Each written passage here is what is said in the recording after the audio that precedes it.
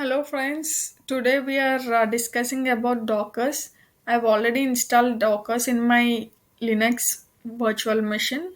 If you haven't installed it yet, first thing the thing that you have to do is you have to install the updates, and for installing the updates the command will be sudo apt update. I have already installed so that I am not running it, but I am showing it for you people. So yeah, this is how I have to update my Linux virtual machine. Once after doing that, I have to install Dockers. So for installation of Docker, the next command is sudo apt install docker.io. So this is the command for installation of Docker. These are the two things that you have to do whenever you want to check Docker, and you whenever you want to work with Dockers. After completing this, I already did, so I'm not doing it again. And after doing this particular thing, we have to check if the Docker got installed in our PC correctly or not. So for that, the command is sudo docker version. So here we can see it as client and server relation here. So client is nothing but it is our command prompt, and server is nothing but background. So whenever we are typing something, we are typing some commands here in client. We have to create some container in server, we have to give some commands in client. So client is nothing but it will receive the inputs which we are giving, and it will create something at background. That is nothing but server is nothing but daemon. Docker daemon is the server here, and this is how it will work. It is like client and server architecture. So here we can see the server version 19.03.6, and we can see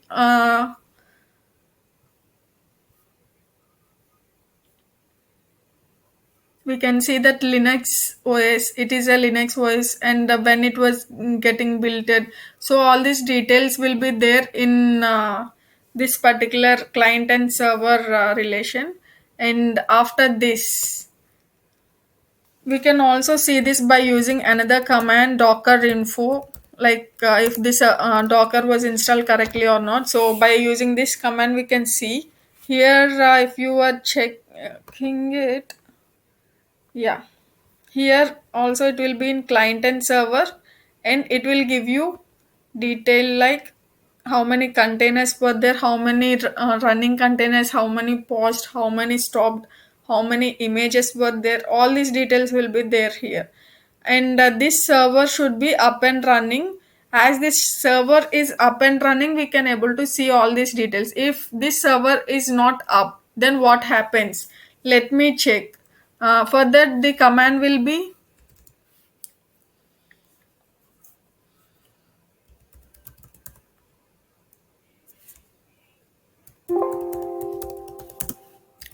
service docker status. Now it is showing me the status as running. Because of that, we were able to see the details of the server. So if it was not running, if it was stopped, let me stop this particular server and see what can we see there. So for that,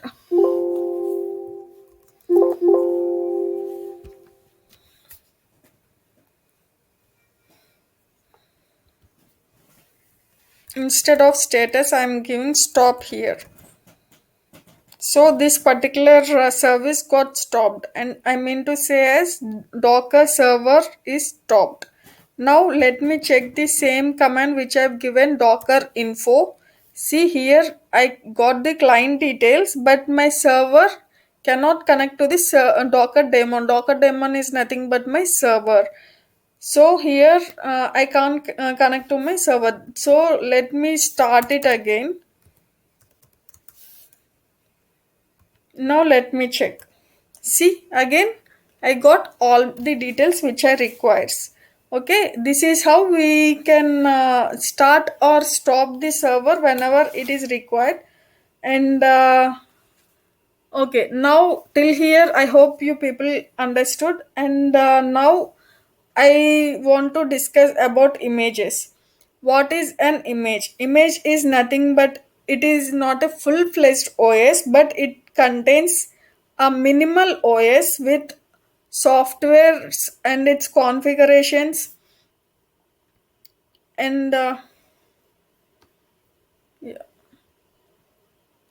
and an OS. So here, if you take a virtual machine, when I tried installing Linux in my PC, what I have to do, I need to have one physical machine. In that, I will have a virtual machine, and in that virtual machine will contain some OS. Here, my virtual machine is Linux, and it have Ubuntu OS, and on that particular OS, I will have some packages and configurations as per Ubuntu. And then in that particular one, I have to install my applications. I have to start working on it.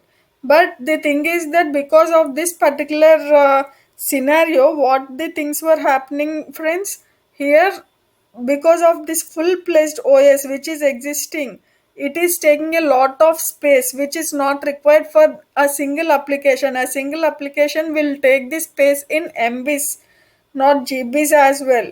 Or else, even if it is in GBs, it is not as how much space OS is having. So we are just wasting that particular entire space. And whenever we want to reboot, we have to reboot a virtual machine, right? It will take a lot of time to reboot. But if we consider the concept of Docker images, it's not required to reboot I mean, it is not required that much of time to reboot. It is a very small. It will have a minimal OS and only the required softwares and configurations of that particular application. Because of that, it will not take that much of time to reboot, and it will not occupy that much of space. So for individual applications, we if we have thousands of applications, we cannot install thousands of virtual machines, right? So here Docker came into existence. Here we'll create a image. In an image we'll create some OS, like it might be Ubuntu or Windows, like that. We'll just install our OS and we'll give the configurations. This OS and this configurations will not have entire details, it will have only minimal details. If for example, here if we just click like vi space some file name, and if we click OK, it will start editing. But while we are considering images, it will not have the editing tool. We have to install that editing tool again. So this is how we'll work. So this is the difference between them. So because of that, we'll create an image, and in the image we'll create a container and we'll place our application in that, so that whenever we have to work on that application, it will take the inputs from image and it will work fine. It will not take that much of space and time to reboot, etc., etc. We have so many reasons for that, and going for further we can understand. Now to create the images, we have three types. Let me go through one by one. First is portal. We need to log into our portal.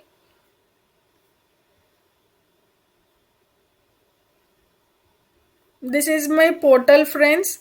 Hub.docker.com.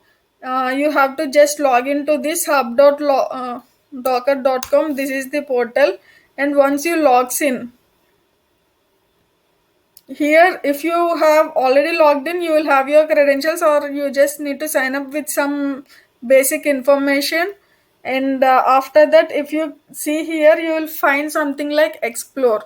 You just click on this explore so that you can see number of available images. So it will be based on our particular application, what all the things which were required to run our application, we have to consider that into our mind, and then we have to install the images as per that.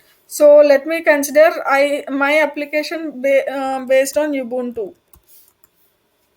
See, I already have Ubuntu. So just I will pull this image by using this command. I'll just copy this and I'll just paste it here. And I starts running and it will download my image. So this is how it will download. And when I want to see the images in my particular Linux machine, I need to give Docker images.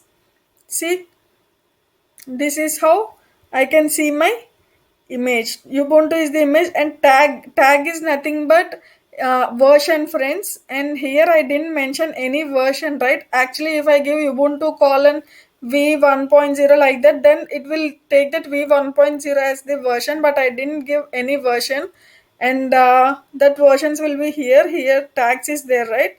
If you go down, you can see the versions tag 21.01, 20.10. These are nothing but versions. Latest one will be the latest. And here, if you want to use this 20.10, then just copy this and use this command. Whatever the version that you request, you have to just copy that one. That's it. Here, I don't have any such requirements. I just left it blank so that it have created me a latest. Now yeah, it's done, right? Next, now I want to create a container in my image. How to create a container? It is nothing but docker run -t. Now I am creating a container and I am telling it that -t is nothing but terminal. I am starting with this terminal, and -i. -i is nothing but interactive. So I want to communicate interactively with the container. And my image name is Ubuntu. So now I'm creating a container. See, once I run this one, it is directly taking me into that container.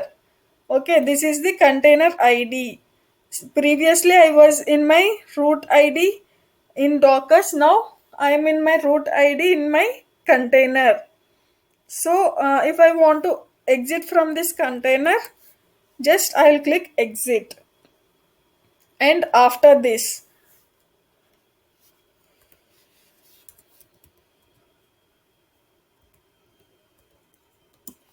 docker ps, this will give me the list of containers which were running. Now I exited my container, that is the reason it is not showing to me. So docker ps-a will give my all the list of containers even it got exited. So this is my container which I have already exited. So if you see, it was created on Ubuntu OS, I mean Ubuntu image. And the name, if we see the name, it is Funny Batik. This is the name of my container. But if I don't want this name, I want to give my name which I want. Name GKBuzz1 Ubuntu. See, this is the another container which I have created, and this is the container ID. I have logged into this container as well. I have exited now. Now I am checking. See, GKBuzz1, the second container which I have created just 5 seconds ago. It was created with the name which I have given. This is how we will create a container.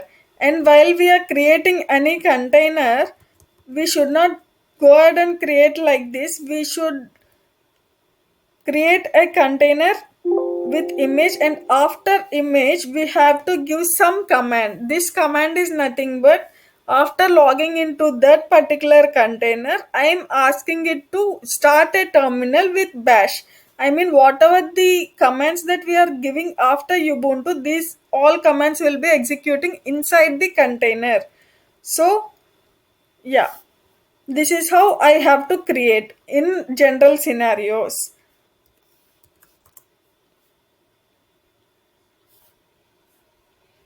Now to see the list of containers, I have used two commands, docker ps and docker ps-a.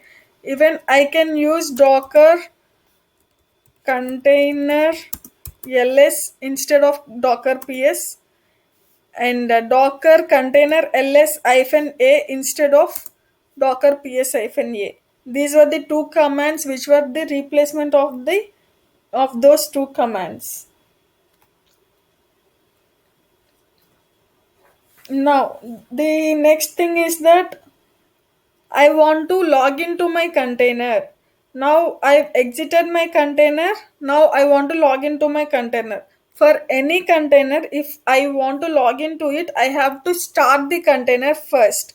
If it was stopped, it will not log in. So to start any container, docker start container name or container ID. I am giving my container name. This is the container ID, friends. This is the container ID. Yeah, I've logged into my container. I've started my container. Now I have to log in docker exec hyphen it, my container name or container ID as well. And at the end, we have to give bash. If I don't give bash, what happens? See, Docker exec requires at least two arguments. Means it is expecting something to give at the end so that it will start with that inside the container. So I am giving bash. So it has started. I went into my container. This is how I can go into my container.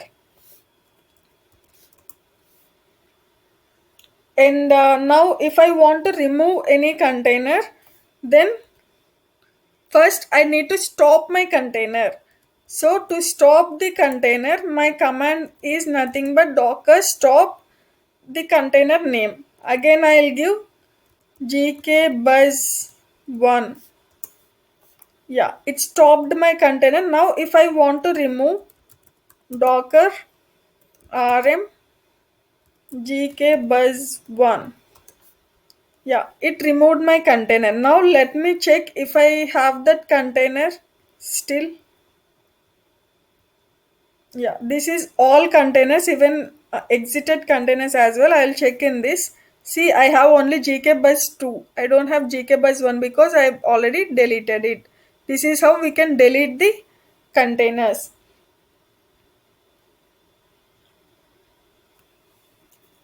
Now, if I want to delete all the containers at a time, then how can I do that?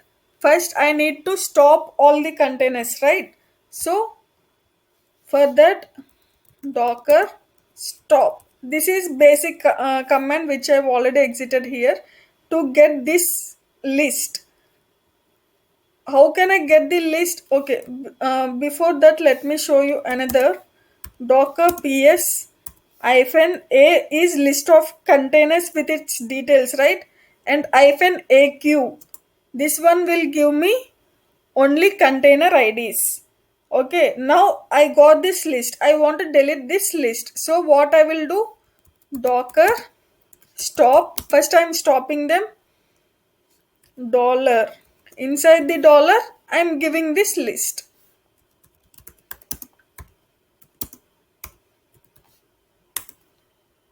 See, now if these containers were already stopped, it's fine. If not, it will stop now. Now this containers got stopped. Now I want to remove. Again, the same command. Now it removed my containers. Let me check docker ps-a. See, I don't have even a single container. So I've created one image, right? Now let me create another one more image.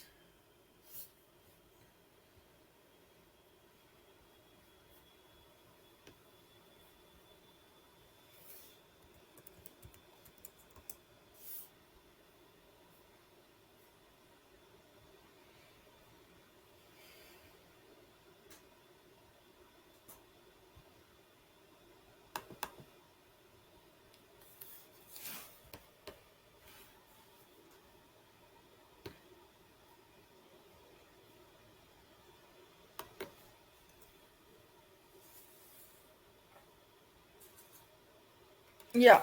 Now if I see Docker images, I have two images, right? Now if I want to delete one image, how can I do that? Again, the same way I can do Docker RMI dollar. Here for Docker images, my command is Docker images, right?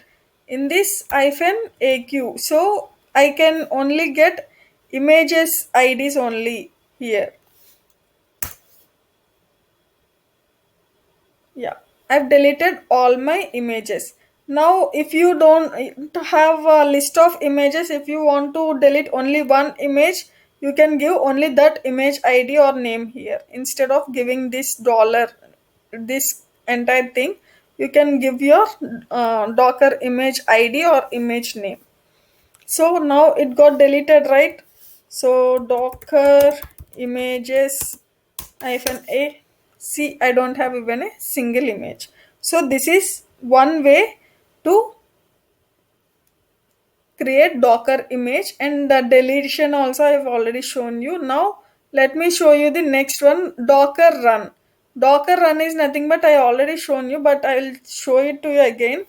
Docker run hyphen itd. Now what I am doing is I am creating a container without creating an image. Now I don't have a base image, but I'm trying to create a container. Will it create a container?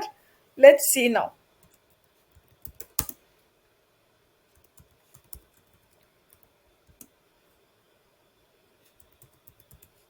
See, I don't have any image with the name Ubuntu here, and I don't have any container.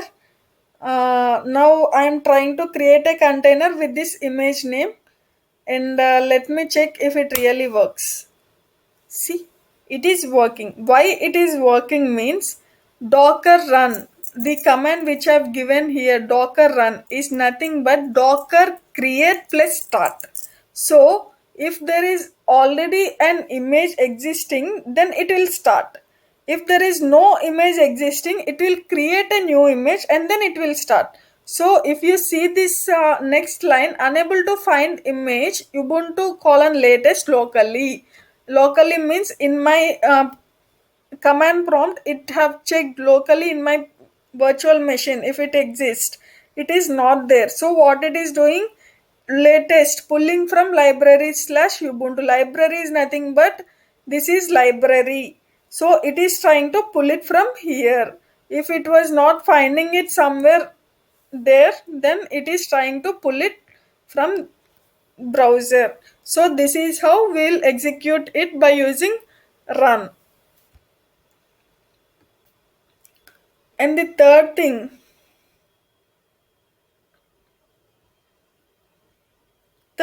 is Docker file. How to create a Docker file, that we can see it in the next class. So please stay tuned to my channel, and if you have any doubts you can please comment me below. I am anytime will be available to answer your questions, and if you have any suggestions please feel free to contact me through comments, and I will try to improve myself if you have given me any suggestions as well. So thanks for watching my today's channel, and I will get back to you in my tomorrow channel with the next continuation. Thank you so much for watching.